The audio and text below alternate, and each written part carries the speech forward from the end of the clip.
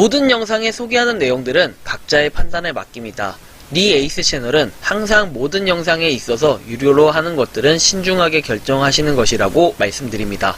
아울러 무료로 하는 것들 역시 각자의 판단으로 선택해서 결정하는 것이라는 점을 강조드립니다.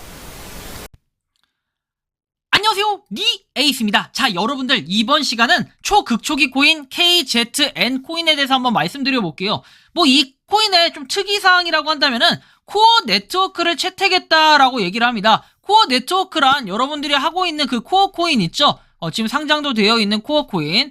저번에 보니까 메인넷을 했던데 이 메인넷 여기에 더불어가지고 여기에서 채택된 그 코인을 갖다가 어떻게 한다? 파생돼가지고 이 KZN 코인이라는 게 있고 굉장히 근데 유사하죠. 뭔가 좀 비슷한 느낌이 들어요. 코어하고 모양새가 좀 비슷하게 생겼는데 아무튼 이 코인에 대해서 한번 이번 시간 살펴볼 수 있도록 하겠습니다. 먼저 이 KZN 코인 같은 경우는 이렇게 메일 주소를 입력하고 회원가입을 할 수 있는 이런 절차들이 있고요. 따로 앱 자체는 없는 걸로 확인이 됩니다. 그리고 KZN 코인에 대해서는 이렇게 내용들이 나와 있긴 한데요.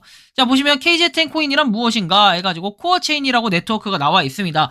특이사항으로는 여기 보시면 나와 있는 것처럼 총 공급량이 10억 개다 라고 나와 있고 소수점 18이다. 그런데 여러분들 10억 개까진 좋아요. 10억 개까진 좋고, 자, 뭐 구입하다 뭐 이런 게 되나요? 구입이? 자, 한번 볼까요? 일단 이 구입이 되는지 한번 확인을 해봐야지. 뭐 구입이나 이런 건 아닌 것으로 좀 보여집니다. 이게 특이한 거는 여기 보시면 24시간마다 한 번씩 이제 클릭을 할 수 있고, 그리고 친구를 초대하면 더 많은 KZN을 받을 수 있다. 그리고 KZN 코인은 아이스크림 스왑, 그 다음에 세계 최대 거래소에 상장을 한다 하는데, 스왑 거래소 같은 경우에는 여러분들이 잘 아시겠지만 뭐 이런 스왑 거래소가 작은 약간 마이너한 거래소인 거예요. 제가 정확하게 이 스왑 거래소에 대한 요즘에 감이 좀 떨어지긴 했는데, 제가 알기로는 유니스왑, 팬케이크 스왑이 굉장히 유명한 걸로 알고 있고, 아이스크림 스왑은 그렇게 많이 요거에 비해 인지도는 좀 떨어지는 걸로 알고 있는데, 여기에 더불어서 최대 거래소에 상장이 된다. 야, 그럼 최대 거래소면 어디예요? 바이낸스 아닌가요? 여러분들 최대 거래소는? 근데 과연 어떤 걸로 최대 거래소인지, 뭐 거래량으로 되는 건지 인지도로 되는 건지 이거에 대한 뭐 이런 건 나와 있진 않아요. 근데 제가 그냥 자체적으로 생각해 봤을 때는 그냥 최대 거래소라고 하면은 바이낸스라고 할 수도 있고, 또 세계 최대라고 했으니까 좀 기대가 되네요. 뭐 아무튼 KZN은 스테이킹도 할 수 있고 스테이크 조건을 선택해서 사용 가능하다라는 이런 내용까지 적혀 있습니다. 마이닝 앱 같은 경우에는 뭐 다운로드라고 해서 지금 되어 있긴 한데, 이 다운로드를 하게 되면 APK 파일로 넘어가게 됩니다.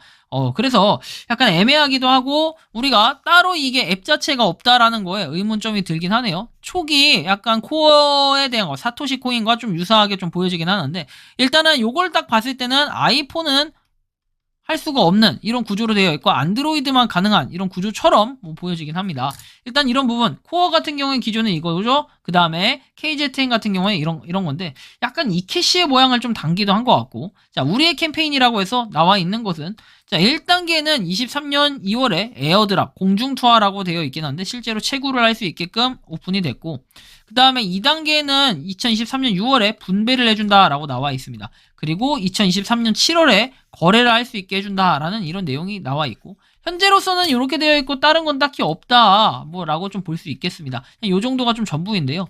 자, 여기에 추가적으로 뭐 사람들의 뭐 내용들을 좀 살펴보면 이런 내용이 적혀 있습니다. 시간당 10개를 채굴하고 코어 체인이다. 그리고 아까 전에 말씀드린 것처럼 10억 개다. 컨트랙트 주소는 이렇게 나와 있고, 2023년 2월에 에어드랍 마이닝을 하고 6월에 배포를 하고 7월에 상장을 한다 되어 있습니다. 여러분들 지금부터 시작하면은 2월부터 7월까지 3, 4, 5, 6, 7 해서 5개월 동안 채굴이 가능하다 뭐 이런 얘기 정도가 될 것 같아요. 실제로 출금은 6월 달에 되니까 4개월 정도에서 5개월 정도를 한다라고 가정했을 때, 시간당 10개를 채굴하게 되면은 하루에 이제 24시간이니까 240개를 채굴합니다.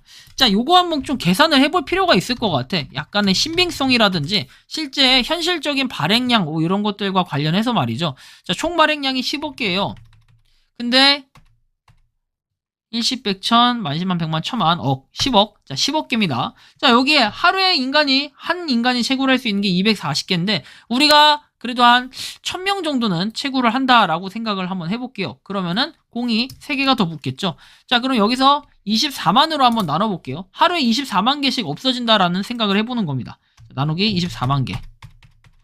자, 1000명만 채굴 해도 4166일 정도가 걸리네요. 자, 그런데 여기서 4166일에서 10,000명, 그 다음에 10만 명 정도만 채굴을 한다라고 가정을 해볼게요. 자, 10,000명, 10만 명. 그러면 몇 개죠? 하루에 요만큼씩 빠져나가요. 2,400만 개씩. 자, 그러면 15개라고 했을 때 나누기 2,400만. 이렇게 하면은 뭐 41일 정도면 동나겠네요. 뭐 10만 명 기준에 이렇게 되니까 물론 10만 명까지 달성하기가 좀 어렵기도 하고 그 다음에 얼마 안 돼가지고 이게 과연 10만 명을 달성할 수 있을까 약간 애매한 부분이 분명 존재합니다. 하지만 10만 명을 달성하게 됐을 때는 뭐다? 41일 그러니까 한 달하고 한 10일 정도면은 동난다 뭐 이런 뜻이 되겠네요. 산술적으로만 봤을 때는 그냥 요 정도라는 걸 좀 참고해 주시면 좋을 것 같고요. 자, 그 다음에 뭐 내용을 좀 살펴보면 스캠 어드바이저 좀 긁어봤습니다. 이 사이트에 대해서 보면은 이렇게 나와 있네요. 자, 웹사이트 소유자가 유료 서비스를 사용한다 해서 방문자가 많지 않고 암호화폐 서비스를 감지했고 최근에 등록이 되었다라고 나오는데요. 좀 더 상세 내용을 보면은 이건 불과 2주밖에 안 된 그런 코인이다라고 볼 수 있겠고 앱을 따로 다운을 받아야 된다라는 부분에서 살짝 좀 찜찜함이 있었습니다. 여러분들 여태까지 앱만 따로 다운받을 수 있게 하는 것들 그 다음에 2월에 시작을 했는데 바로 6월에 이 출금을 할 수 있게 되고 7월에 상장을 한다. 야, 이거 대단하네요. 진짜 역사입니다. 만약에 이게 된다라고 하면은. 근데 이걸 믿고 또 하시는 분들, 코어라는 이름을 갖다 뺏겨가지고 코어가 상장했으니까 이것도 상장한다라고 볼 텐데, 여러분들 여태까지 이런 거 되게 많았어요. 유사한 것들. 뭐 상장한다, 상장될 것이다, 1년 뒤에 상장한다. 근데 결국엔 그런 것들 싹 다 상장 못했죠. 뭐 대표적인 거, 폭스 네트워크라든지 뭐 그 등등에 파생되는 것들, 그로브 네트워크 이런 것들 이제 1년 다 돼갑니다. 1년 도래되는 시점이 넘었을 거예요 아마. 근데 그것들 상장했습니까? 자, 그런 것들 한번 관찰해보고, 딩코인 같은 경우에 바이낸스에 상장한다고 했는데 그런 것들과 한번 비교를 해보시기 바랍니다. 그러면 여러분들 대충 이런 건 답이 나옵니다. 여기 보시면 1월 29일에 등록을 했다고 나오죠. 그래서 한 1월 말쯤 2월 초부터 해가지고 시작이 됐다라는 건데 코어체인이라는 그런 이름을 갖다가 써가지고 요렇게 KZN 코인을 만들었다라는 것도 전 솔직하게 좀 이해가 안 가기도 하고 괜히 코어 이름을 베껴가지고 한번 뭐 좀 해먹겠다 이런 차원이 아닐까라는 개인적인 좀 생각이 들기도 합니다. 자, 그래서 요 정도까지가 제가 기본적인 분석을 한번 해봤는데 여러분들 어차피 제가 하라고 해도 안 하실 거 알고 안 한다고 제가 얘기해도 하실 거 다 압니다. 각자가 판단하는 거지 누가 대신 이거를 선택해주거나 뭐 맞다 틀리다 얘기해주는 사람은 없어요. 그래서 여러분들 결정은 각자가 하시되 뭐 나중에 책임 역시도 각자가 지시는 걸로 이렇게 하시면 좋겠습니다. 저 같은 경우는 굳이 이거를 할 메리트라는 걸 좀 못 느꼈기 때문에 여러분들이 알아서 하시면 될 것 같고 하여튼 뭐 참고하시면 좋겠습니다. 이번 영상은 여기서 마치는 걸로 하겠고요. 도움이 되셨다면 구독과 좋아요 알림 설정 부탁드리겠습니다. 니 에이스였습니다. 감사합니다. 평소에 궁금하셨지만 내가 시도해보기 어렵거나 시간 낭비하고 싶진 않고 새로운 제보를 해주실 분들께서는 아래의 주소로 메일을 보내주시면 제가 해결해드리겠습니다.